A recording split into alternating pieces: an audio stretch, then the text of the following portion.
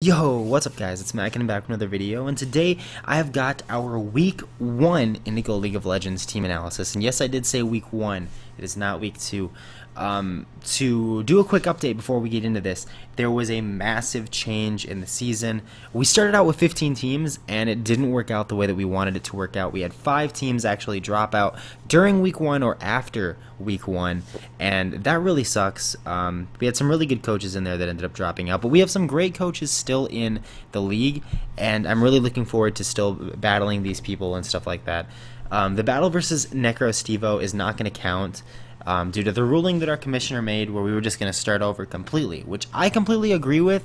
However, the way that I'm seeing it is I do have to battle Necro again in week 8, and if I don't, if that battle does not determine my fate of the playoffs, like if I'm already in the playoffs, no matter what seed, if I'm already in the playoffs, then I'm just going to let him win again because he did already beat me. He does deserve it and all that stuff. But if I desperately need to win to make the playoffs, then I'm going to actually battle him. But I did tell him that more than likely I'm going to just give him the victory because he deserves it. So that's the thing. So the teams that we have left, we re-randomized the schedule completely, so it's a whole new schedule. Everything is all brand new, so that means we face Isaiah and the Minnesota Munchlax week 1. He is the co-creator with me. He has been in the league with me for 3 years now. Three seasons anyway. And I've never lost to him in seasonal play. I've taken some L's to him outside of Indigo League of Legends stuff, but I'm 4-0 in the Indigo League of Legends, or 3-0, one of the two, versus him. So I do think I like my chances in this matchup. However, in this new Indigo League of Legends, where Season 3 has 10 very good coaches, I cannot underestimate anyone because any loss could potentially knock me out of the playoffs completely. So I can't take any chances at this point. I can't underprepare. I need to prepare just as hard as I would for anyone else. I can't just take an L due to me just caring enough about that week. So I'm going to play the best I can, and I'm going to prep the best I can. And what I came up with is, well, first of all, here's his team. He has Talonflame, Gardevoir, Kecleon, Cresselia, Jirachi, Sharpedo, Malamar, Registeel, Slowking, Armaldo, Hawlucha, and Corsola. The 3 Pokemon that I see, I mean, there's more than 3 that I see right away that I want to check, but the 3 Pokemon I see right away that I want to have dedicated checks to, the first one being Talonflame, which for Talonflame I'm bringing a bulky Kabutops and a physically defensive Hipouton with Rocky Helmet, both of which I think are very good checks to Talonflame, specifically Kabutops, because I really doubt the natural gift grass is going to be there. I just really doubt that. So I am going to bring both of those. I also want to be able to check Gardevoir. So my Kabutops is bulky, but it is also AV, so it's able to take any attack, it's able to take a Hyper Voice and all that stuff, and it's able to fire back with a Waterfall, which does a ton of damage to the Gardevoir. It's also able to spin and like stuff like that. But additionally, I have the Ferrothorn there to be able to take walls too. It is sassy with a lot of defensive investment. I'll go through all of these Pokemon individually after I get done. I'm just going through my checks for his team right now. It's very physically defensive. I do have to watch out for if he has Hidden Power Fire though. If he has Hidden Power Fire, that is a no-no. I need to run away. That's really scary. We're just going to hope he doesn't have Hidden Power Fire. I also have additional checks for that include the fact that I outspeed with Stoutland and can one-shot him with just about any move on my Stoutland. I can one-shot, or I can do 75 to 84% with my Poison Jab from Mienshao, and Mienshao does have base 105 speed, so because I'm running Jolly Max Speed, or Timid Max Speed, Jolly Max Speed, I am able to outspeed him, and with the Life Orb, I'm able to get really close to one-shotting him. Really close. So if I can get rocks up and have him switch in on rocks, if I can get any residual damage from the sand, pretty much anything, I'm able to one-shot the Gardevoir. So and I do have Regenerator, so I'll be able to have multiple times to pop in and say what's up to the Gardevoir with Mienshao. And I don't know if I said this already, but I do have bulky investment in my Charizard X. I like to run bulky Charizard X because Dragon Dance honestly makes up for your speed anyway. If you run like at least like 60 something, you can usually outspeed everything at +1. So I did run bulky Charizard X so I can actually survive a Hyper Voice and easily. I mean, I can kill back without even Dragon Dancing. To be honest, I can just Flare Blitz and then he's dead.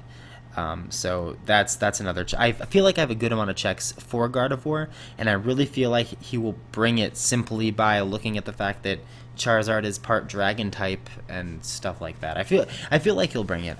I really do. And then I also want to be able to make sure that I check the Cresselia, because Cresselia is obnoxious.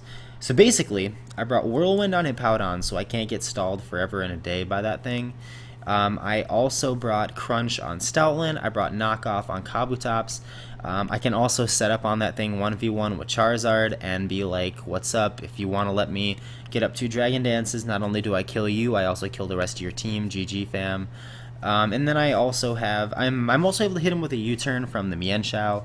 And, I mean, that's pretty much it. I can't really do much with Ferrothorn. I can Leech Seed stall, but that's about it, which doesn't really do that much to a Crest. I mean, I don't know. It seems like that matchup would just not be fun for anybody involved. But there's that. I also wanted to be able to not lose to the Malamar, and I assume he will also bring Registeel to lead. So that was basically the Pokemon I think that he will bring is Talonflame, Gardevoir, Talonflame, Gardevoir, Cresselia, Kecleon, Sharpedo, and Registeel. I feel like those will be the Pokemon that he will bring. Knowing Isaiah, I feel like that's the stuff. I feel like that's the stuff. However, my team, we're going to start off with this Life Orb Mienshao. That's Jack. The same Jack that I brought against Necrostevo last week. He just does a lot of work this week as well. I love the fact that he is Life Orb Taunt, because Life Orb is able to outspeed literally everything on his team except for +1 Sharpedo, which I kind of wish I was Choice Scarfed only for the Sharpedo, because if he's able to get 1 Protect Up and be at +1, I still outspeed, which would be really cool. But also, I don't think he brings Sharpedo, and Stoutland outspeeds at +1 and kills Sharpedo anyway. And after Sand, it just dies. So I don't know. I feel like it'll be okay me running Life Orb. Life Orb's just there to apply more offensive pressure to things that I U-turn on, really, because a ton of Pokemon on his team take a lot of damage from U-turn. If you look, the Gardevoir takes a ton of damage from U-turn. The Kecleon doesn't want to get U-turned. The Cresselia takes a lot of damage from U-turn. Jirachi takes a lot of damage from U-turn. Sharpedo, Malamar dies to a U-turn. Slowking takes a ton of damage from U-turn. So many Pokemon on his team do not want to be hit by a U-turn. And if I get Rocks up and I'm U-turning everything, then with a Life Orb, I'm able to really provide some offensive pressure to his team. And I'm also able to switch into my checks and stuff. It's just really good on this team. Also Taunt, because I really think that he'll lead the Registeel. He usually does, and I want to Taunt so I don't get T-Waved, and I want to Taunt so I don't get Rocks put up against me right away. Because although my team is fine against Rocks, but except for the Charizard, as pretty much always, and I do have a Spinner, that doesn't mean I want to switch in my Spinner and spin. So I'll probably lead Mienshao. It's a very good lead. It outspeeds, again, everything on his team except for the Talonflame. And yeah, that's that. High Jump Kick does a lot of damage. That's the reason why I just have to make sure to not put myself in a position where I High Jump Kick the Kecleon, because he will Shadow Sneak me and make me look like an idiot. So I need to yeah, I mean, High Jump Kick's just there to do big damage. It's just a big damage attack when I want to stay in. Like, I might be able to hit the Jirachi, a lot of stuff like that. He did have a Dragonite. I guess he traded Dragonite. I don't know who he traded that for. But anyways, maybe Cresselia? I honestly can't remember, to be honest. But anyways, next is Bulky Charizard X. As I said, I do like running Bulky. It is the same Charizard as before. It is Exhibit. Exhibit is the Charizard X that I ran against Necrostevo as well. It has Dragon Dance and Flare Blitz and Dragon Claw and Roost. Basically just meant to sweep his entire team and break his soul. Because if I run 188 HP and he is not banded Talonflame, that's a 3 KO from Brave Bird, and that means I get a Dragon Dance up, and that means he loses the game. He loses the game if I get 1 Dragon Dance up. There's literally no check that he has. Even the Corsola comes in and dies to a Dragon Claw, even if he brings the Corsola to try to check my Charizard X, which would be hilarious. Everything dies. Literally everything dies. There's nothing on his team that wants to take a Flare Blitz. Literally nothing. So Charizard X kind of runs through his team. I'll basically look at everything and try to figure out the best way for me to bring in Charizard and get a Dragon Dance. I kind of wish I had something that could learn Memento. That would be really, really cool. Then I could just Memento out, get a free Dragon Dance, win the game. Easy bake. But I don't think I have anything that learns Memento. Except for maybe the Spirit Tomb, which I'm now rethinking not bringing. But anyways, I digress. We go to Hipouton, which is our physical wall. It is Rocky Helmet Hipouton. It is essentially the same set that we brought against Necro. However, now it's Rocky Helmet, which I like better in this matchup. The reason I like Rocky Helmet better is because this is my switch into Talonflame, and this is the plan. Let me tell you the plan. I'm going to tell you what's going to happen. I'm going to pull a Colin McGregor. I'm going to tell you how his Talonflame is going to die right now. So I'm going to have rocks up, right? Rocks are going to be up. He's going to maybe rocks won't be up. I don't know. I don't think rocks will be up. Anyways, that's irrelevant to the plan as a whole. Basically, what's going to happen? I'm going to switch in my Hipouton. He's going to Brave Bird and or Flare Blitz me. He is going to do not a lot of damage to me. However, he is going to take Recoil from Flare Blitz. He is going to take Rocky Helmet damage. He is going to take Sand damage. After he takes all of that, he's going to want to roost, right? So I'm going to click Earthquake, and I'm going to Earthquake his Talonflame, and it's going to die. So there you go. You heard it here first. That is how he is going to lose, or that's how he's going to lose the Talonflame if he brings it. That's how it's going to be. I just like Rocky Helmet because you don't really need lefties. You do have Slack off. You can just slack everything off. And I do have 2 rock setters because I think rocks are super, super important in this battle. Rocks break the Sharpedo's Sash. Rocks do damage to Armaldo, do damage to Hawlucha, do damage to Talonflame. So much damage to Talonflame. Breaks the Kecleon's Sash, maybe. I don't know what kind of Kecleon it is. Maybe it's Lead Rocks Kecleon. I don't know. But it breaks Sashes. And that's probably the best thing because I feel like he has a couple Pokemon on his team that could be Sashed. So, and then rocks are just good in general, just to provide a little extra damage. Rocks allow me to maybe kill the Gardevoir off of a Poison Jab from the Munchlax. So that's a thing. That's a thing. That's why the Hipouton is here, to provide Sand, to provide Stealth Rocks, and to provide a big check to Talonflame. Even if he has Hidden Power, or I mean, even if he has the Grass Berry, whatever it is for Natural Gift, it's not going to do anything to Hipouton. I'm a freaking hippo. Do you see me? I'm a hippo. But yeah. So next Pokemon we're bringing is Stoutland. Stoutland is Choice Band Sand Rush, just meant to basically obliterate his team because he has no switch-ins to Stoutland whatsoever, especially if I am able to properly choose the right move and not be a complete incompetent idiot. Wild Charge because I don't know, I thought it'd be fun. Wild Charge hits Slowking and one-shots it very easily, I would feel, but I mean, so does Crunch. Crunch does a ton of damage to his team. Crunch was the play. Crunch, let me tell you, that, my friends, is the play. Crunch does neutral to Talonflame, does a lot of damage to Gardevoir. Well, it's neutral to Gardevoir. It does neutral to Gardevoir, neutral to Kecleon, but if the Kecleon Shadow Sneaks, it's super... I can't, because I'm normal. But whatever. Just forget I said that. It's super effective on the Cresselia, super effective on the Sharpedo, on the Jirachi. It's neutral on the Malamar. It's neutral on the Registeel. It's super effective on the Slowking. It just does a lot. It's really, really good. Crunch in this battle definitely can help me out, especially against the Cress. If I need a Pokemon to just pop in and just do a bunch of damage to Cress, Banded Stoutland is that Pokemon. 110 base attack, 252 adamant, banded. You're gonna get bodied. So that's another thing to provide a bunch of pressure on the Cresselia so I don't get Cresselia swept, because that would be really, really, really annoying. Then I have Ferrothorn, Young Pharaoh, Young Thorn. I'm leftovers right now, but I'm, why the hell do I have Thunder on this thing? Alright, spoiler alert, it doesn't have Thunder. I'm still debating on the item. You'll know at the time that the video comes out, or that the battle comes out, you'll know which item I ended up choosing. It'll probably end up not mattering that much. However, I did end up taking the Ferrothorn with Gyro Ball, Thunder Wave, Stealth Rock, and Leech Seed. I feel like these are my best options. I love running Protect on Ferrothorn in League format because it allows me to scope out if my opponent has a fire move or something that can hit me. I like that. But I think I don't know. The only main reason why I want Rocky Helmet on here is so I have another switch into like Hawlucha. Because right now I don't have many switch-ins to Hawlucha.